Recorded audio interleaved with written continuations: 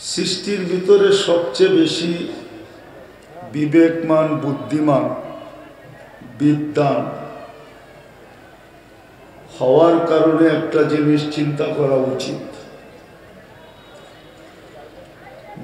সৃষ্টির ভিতরে মানুষই একমাত্র সবচেয়ে বেশি বিবেকমান,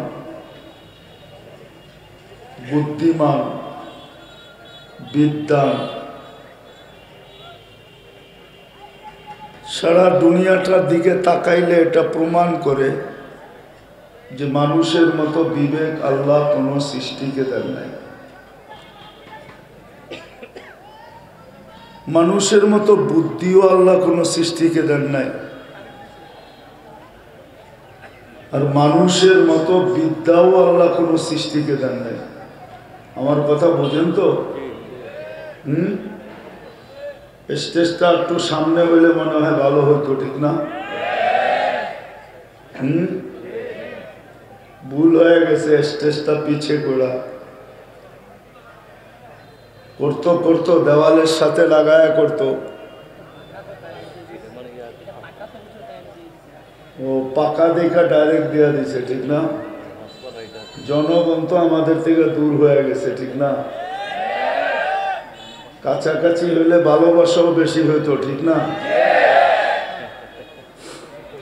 চলেন, আপনাদের মনের কথা আমি বলে দিলাম। চেহারা দেখা এটাই মনে হয় যে হুজুররা কোথায়, আমরা কোথায়। এটাই তো আমাদের সমাজের চিত্র আসল, যে হুজুররা এক মেরুতে, জনগণ আরেক মেরুতে, ঠিক না? রাগ হয়ে যাবে হুজুররা বললে আবার। চিনি যদি পানির উপরে লটকানো থাকে তো সারা জীবন রাখলেও শরবত হয় না, ঠিক না?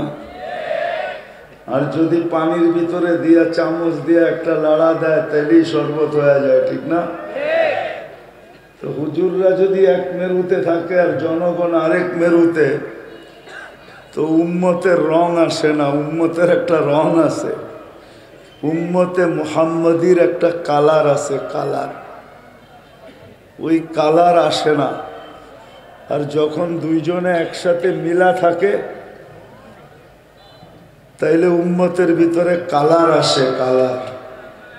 যাক, এটা আলাদা আলোচ্য বিষয় হয়ে যাবে। হুজুররা রাগ হইলে মাপ চাই। শ্রোতাদের চেহারা দেখা আমার মনে হইতেছিল এরা এক মেরুতে, আমি আরেক মেরুতে। কাছাকাছি হইলে মনে হয় এদেরও ভালো লাগতো, আমাদেরও ভালো লাগতো, ঠিক না? যাক, আমি আপনাদের পক্ষেই আছি, চিন্তা করেন না। তো যেটা বুঝাইতেছিলাম যে সৃষ্টির ভিতরে আল্লাহ মানুষের চেয়ে বিবেক কাউকে দেন নাই, বুদ্ধিও কাউকে দেন নাই, বিদ্যাও কাউকে দেন নাই। সৃষ্টির ভিতরে মানুষের চেয়ে শ্রেষ্ঠত্ব আল্লাহ কাউকে দেন নাই। সৃষ্টির ভিতরে মানুষের চেয়ে সুন্দর গঠনও আল্লাহ কাউকে দেন নাই। সৃষ্টির ভিতরে মানুষের চেয়ে সৌন্দর্যও আল্লাহ কাউকে দেন নাই। মানুষ সবচেয়ে সুন্দর। মানুষ সৃষ্টির ভিতরে সবচেয়ে সুন্দর গঠনের মালিক। চাই আয়নার সামনে তার চেহারা তার পছন্দ না হোক, তারপরও সে সৃষ্টির ভিতরে সবচেয়ে সুন্দর গঠনের মালিক। বিদায় এই মানুষটা আমাদের চিন্তা করা উচিত, বিশেষ করে মুসলমান যারা আমরা, তাদের চিন্তা করা উচিত। কেননা আমরা আল্লাহর পক্ষ থেকে, আল্লাহর ইচ্ছায়, আল্লাহর পছন্দে, আল্লাহর ভালোবাসায় আমরা নির্বাচিত। জমিনের ইলেকশনের মতো আমরা নির্বাচিত না, আমরা সিলেকশনে নির্বাচিত। বিদায় আজকে সারা দুনিয়ার মুসলমানের একটা জিনিস চিন্তা করা উচিত, যে বর্তমানে আমরা 200 কোটি মুসলমান,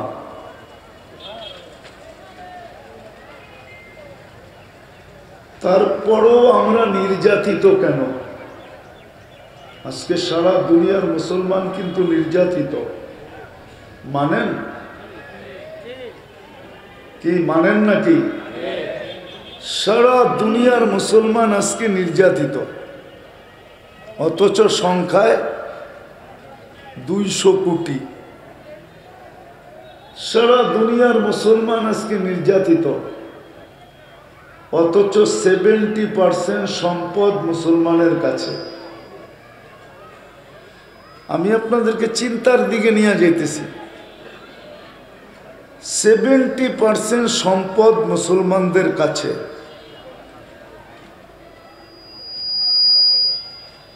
আর 30% সম্পদ বাকি দুনিয়ার কাছে। দুনিয়ার সবচেয়ে বড় টাকা মুসলমানের কাছে। কুয়েতের টাকার চেয়ে বড় কোনো টাকা দুনিয়াতে নাই। 1 টাকা দিলে $5 পাওয়া যায়, $5। ডলারের চেয়েও 5 গুণ বড় টাকা কুয়েতের কাছে। মুসলমান না? কি বুঝাইতে পারতেছি? দুনিয়ার সবচেয়ে বেশি কাপড় মুসলমান পরে। ওরা তো কাপড়ই পরে না, আবার বেশি পড়বে কোত্থেকে? ঠিক না? দুনিয়ার সবচেয়ে বেশি প্রসাধনী মুসলমান ব্যবহার করে। মুসলমানের চেয়ে বেশি প্রসাধনী দুনিয়ার কেউ ব্যবহার করে না। ইচ্ছা করলে আমি যা বলতেছি যুবকরা নেটে সার্চ দিয়ে দেখতে পারে। দুনিয়ায় সবচেয়ে বেশি খায় মুসলমান, মুসলমানের চেয়ে বেশি কেউ খায় না। দুনিয়ার সবচেয়ে দামি জিনিস ব্যবহার করে মুসলমান, মুসলমানের চেয়ে দামি কেউ ব্যবহার করে না। ব্রুনাইয়ের বাদশার গাড়ির পার্টস পর্যন্ত সোনা, সোনা দিয়ে বানানো পার্টস। এত কিছু সত্ত্বেও আমরা নির্যাতিত কেন? আরেক দিকে যদি দেখি তো আল্লাহর সবচেয়ে বেশি অঙ্গীকার আমাদের সাথে। রব্বুল আলামিন মানি, রহমানুদ দুনিয়াও মানি, সমগ্র জগতের রব মানি। দুনিয়ায় যেই থাকবে তার জন্য তার সাথে দয়া করবে, এটাও মানি। কিন্তু সবচেয়ে বেশি অঙ্গীকার আমাদের সাথে, মুসলমান এবং উম্মতে মুহাম্মদীর সাথে। ভালো মতে বুঝবেন, কিন্তু ধ্যান দিয়া না শুনলে আমার কথা বুঝে আসবে না। কেননা আমার সুর নাই তো, সুর ছাড়া কথা, কিন্তু এই জন্য ধ্যান দিয়া শুনতে হবে। তো যেটা বলতেছিলাম, আল্লাহর সবচেয়ে বেশি অঙ্গীকার আমাদের সাথে। 2-4টা দেখাই।